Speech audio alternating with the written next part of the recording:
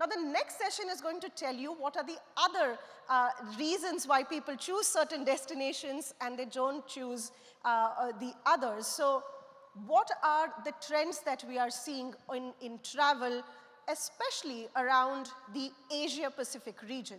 Because post-COVID, we've seen longer travels are not happening. So Europeans traveling to Japan or Chinese traveling to the Middle East may not have happened as much as travel within the Asia-Pacific region. And it's the interdependency of the regions on each other to promote tourism and to drive tourism is what will help the region also come out of the pandemic pangs. And the next session is about driving that recovery, attracting the medium and the short haul markets. Now, this session will tell you about some of the reasons why people travel and choose one destination over others. And the moderator for this session is Jessie F. McComb, Senior Private Sector Development Specialist for Tourism with the World Bank. She has more than 20 years of experience working with governments, regions, communities to leverage tourism for economic development. Jessie, here she is.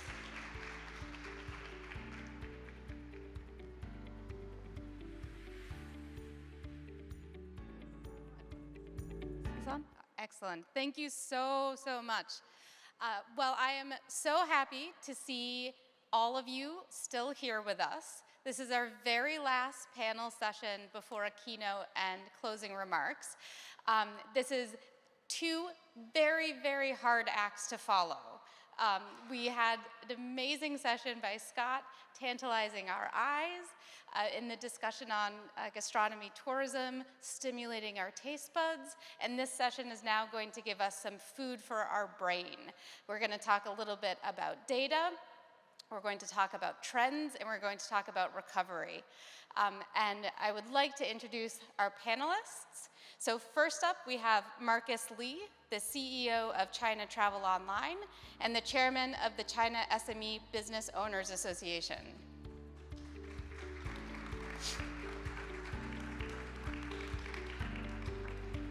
Thank you. Next up, we have Olivier Ponti, the Vice President of Insights at ForwardKeys, and that's exactly what we want to talk about, are all of those juicy insights that he can hopefully share with us.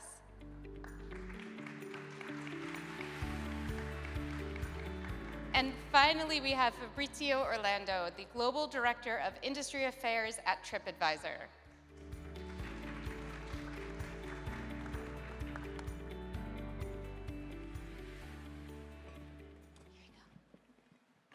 Excellent. Thank you all for joining us. Yesterday, we had a session on long-haul travel and what are the trends coming out of the long-haul travel. Today, we're going to talk a little bit about the short-haul markets. One of the things that has been quite interesting as we look at recovery, global tourism recovery, is we see Asia-Pacific is still really struggling. They're one of the last regions to recover some of their international arrivals and really looking at how we can support destinations to capture that recovery coming out of the market and really build in the new arrivals. So I first want to start with Fabrizio to talk a little bit about what are some of the new trends that we're seeing?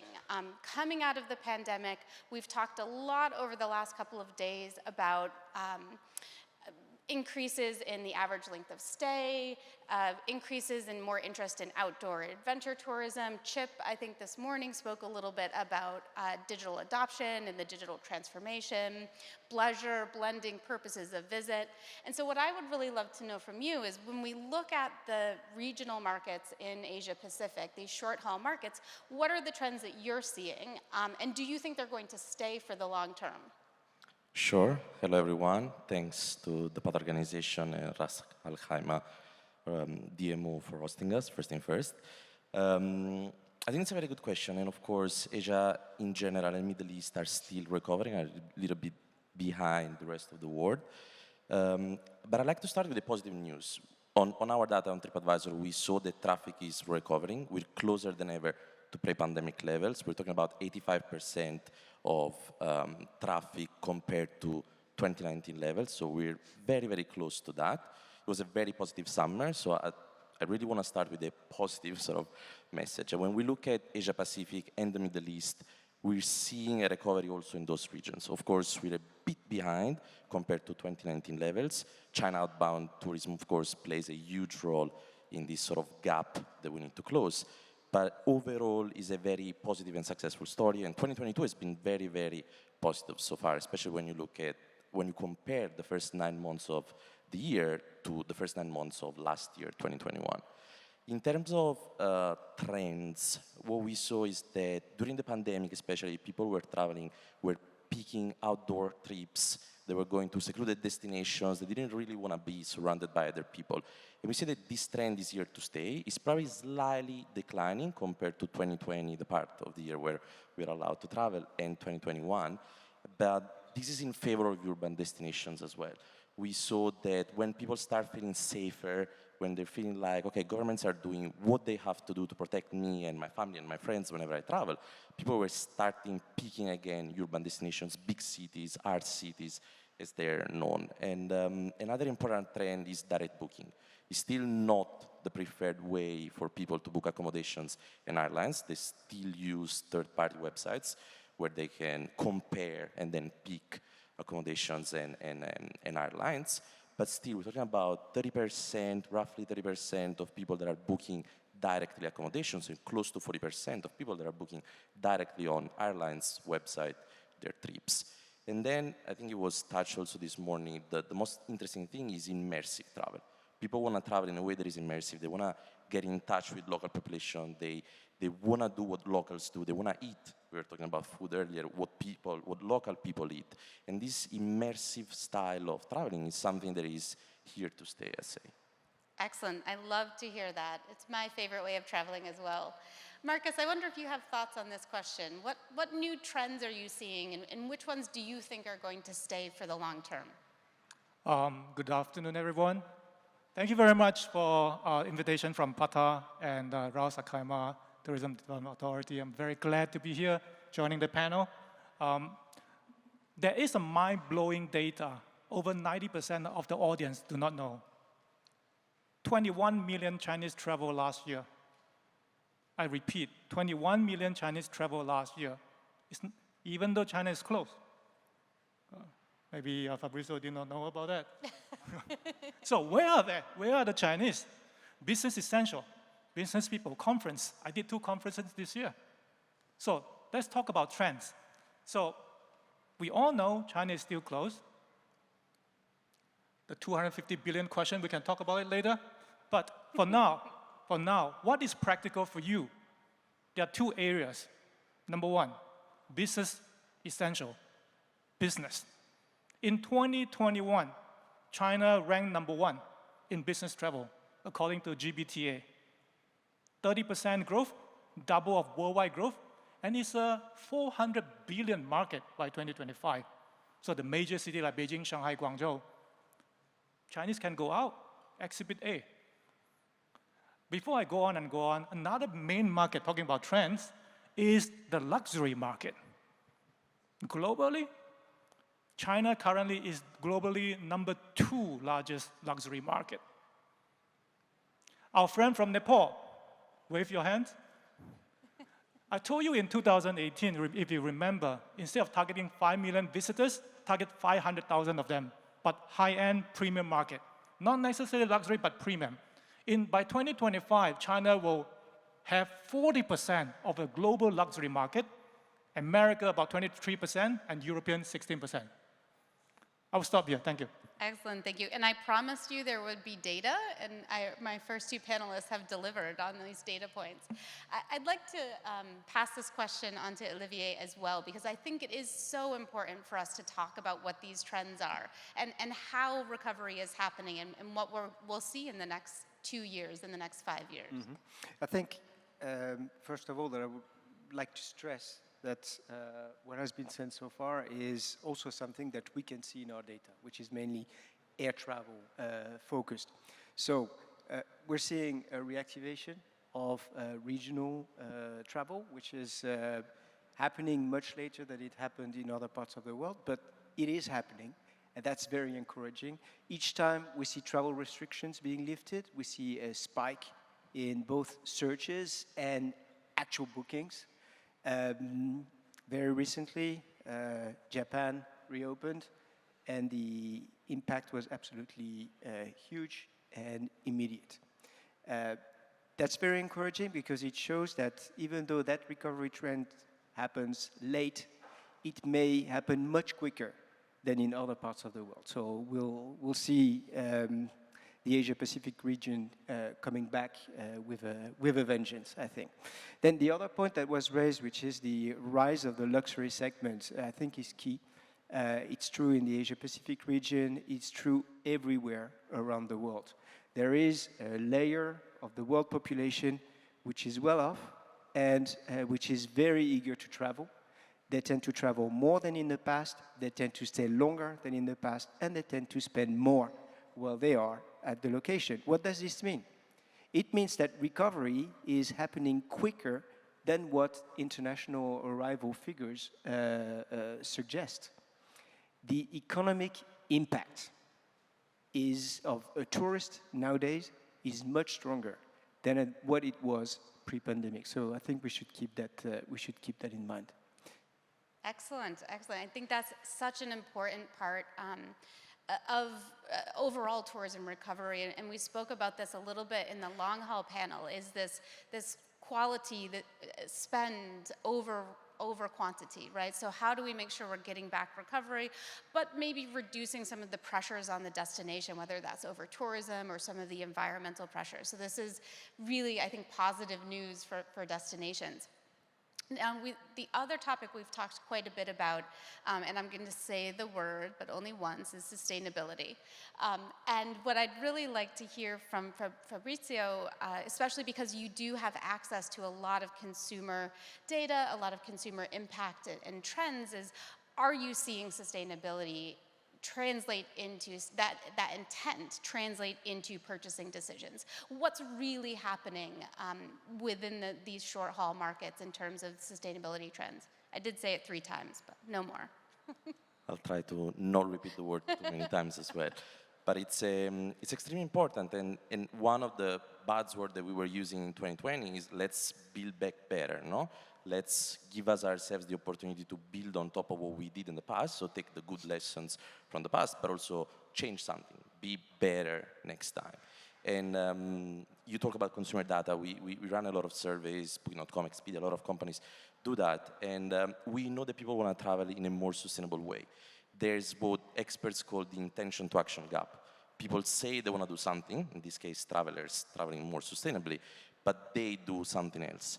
And the key reason is that whenever people need to travel, they put value for money, price, and location on top of other criteria like sustainability. So we, as an industry, collectively, this morning someone was talking about synergies. Stefano, I think, was talking about synergies between private and public sector, between associations and private companies. It's very important because we, as an industry, collectively need to make sure that we sort of fill this gap between people's intentions and people actions. And one of the ways to do that is also to make sure that people realize that sustainable travel doesn't necessarily mean more expensive travel. And this needs to come from the supply, of course, because operators need to understand that that's the good thing to do, but it's also business-wide the smart thing to do in the future. Lowering prices, more people probably will travel sustainably.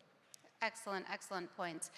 And I think that communication element is also very important, as Chip spoke about in his presentation on hotels, that a lot of tourists, they just don't even know what the industry is doing, right? And so this could be a really driving comparative advantage for a business.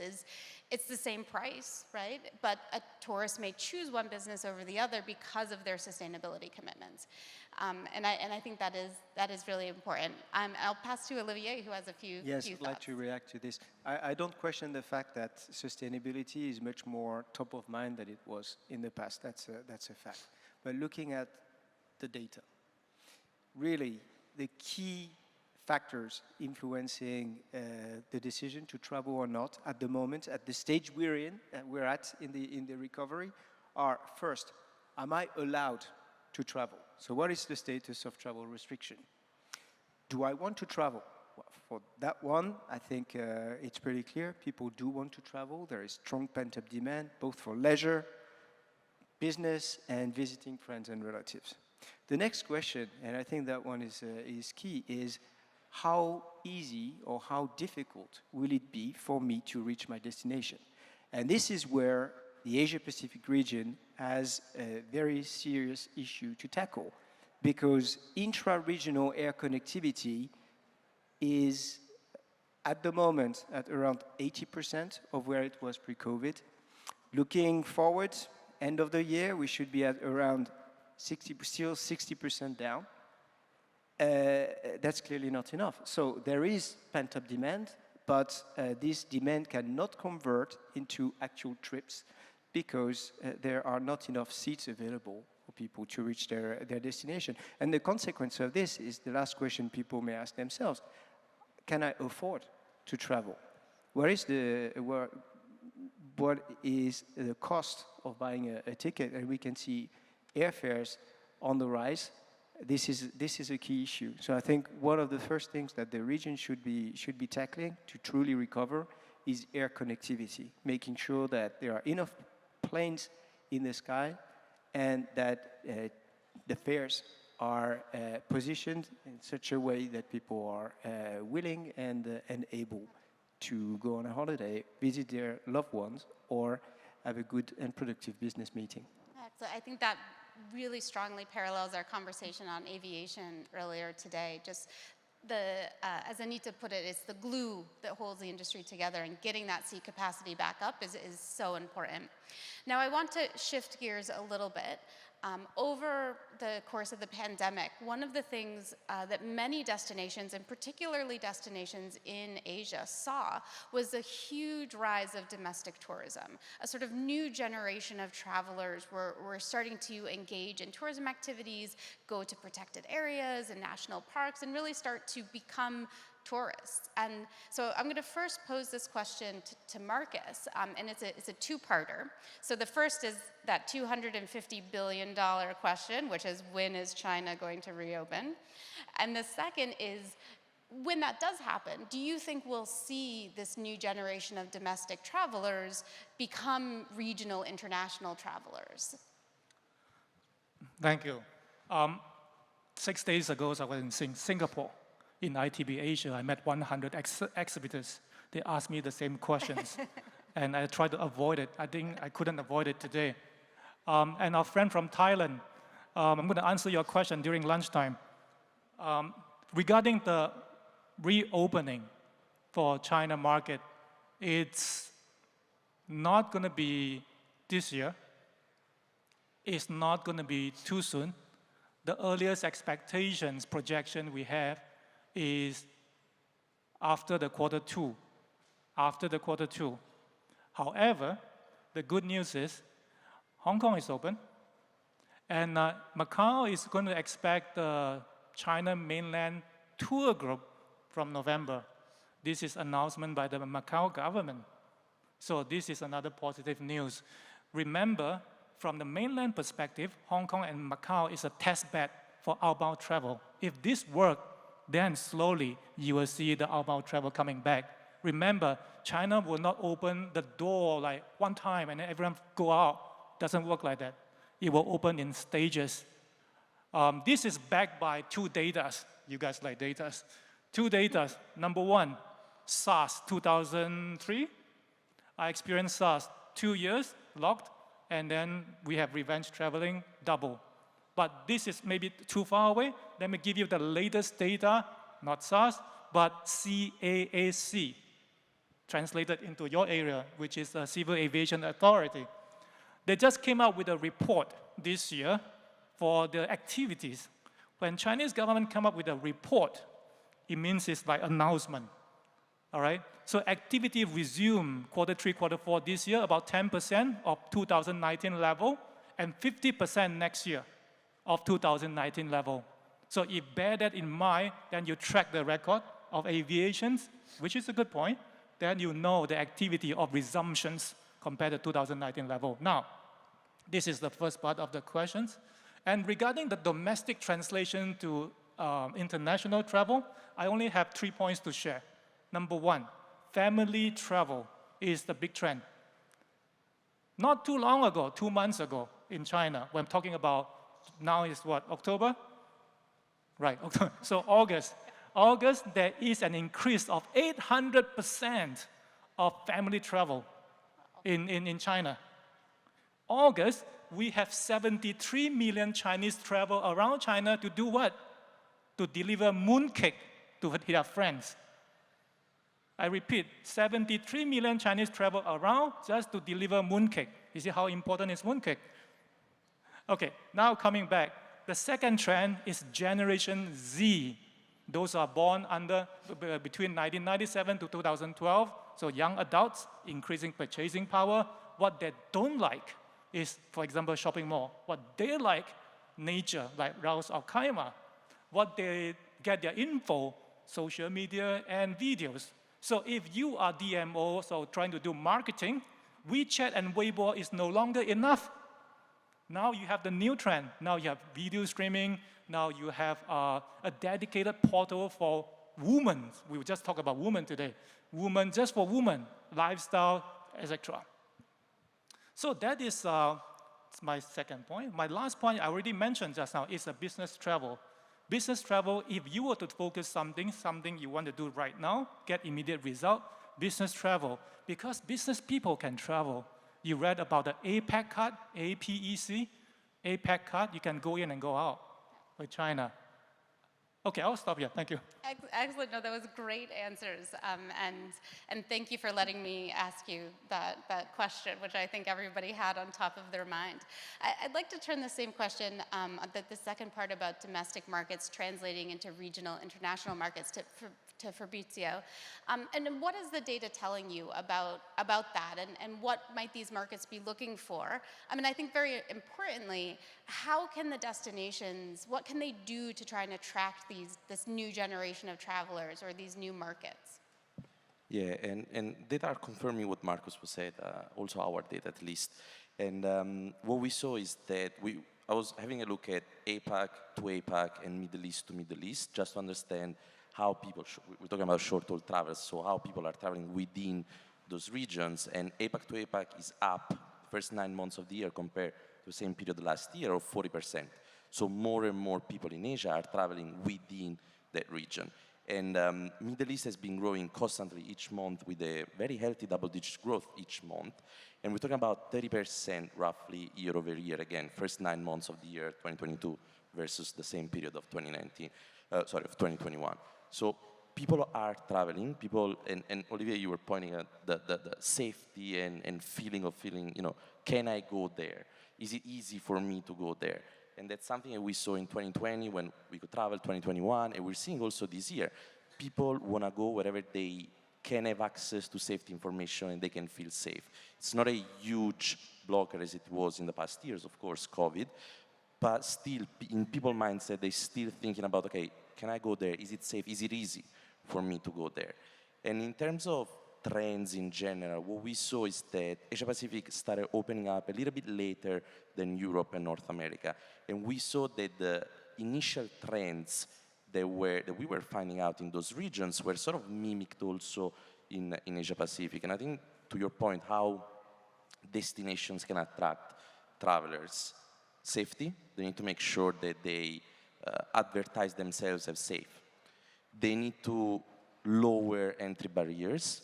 People, especially young generations, want to travel in an easier way. They want to go, they want to explore the world, they want to immerse themselves in the local culture. And third and last point is the way in which they advertise, destinations advertise themselves. They need to cater to those young adults that are, of course, growing up. They have a high spending power. And we know that inflation is not going to be that dramatic unless we hope it does, exactly, unless it really plummets. But we really think inflation is not having a huge impact. So destinations need to be able to advertise themselves and promote themselves to younger generations and not only cater to late millennials or older generations. Excellent. And I think we have just less than 2 minutes left, so I'll turn this question over to Olivier as well.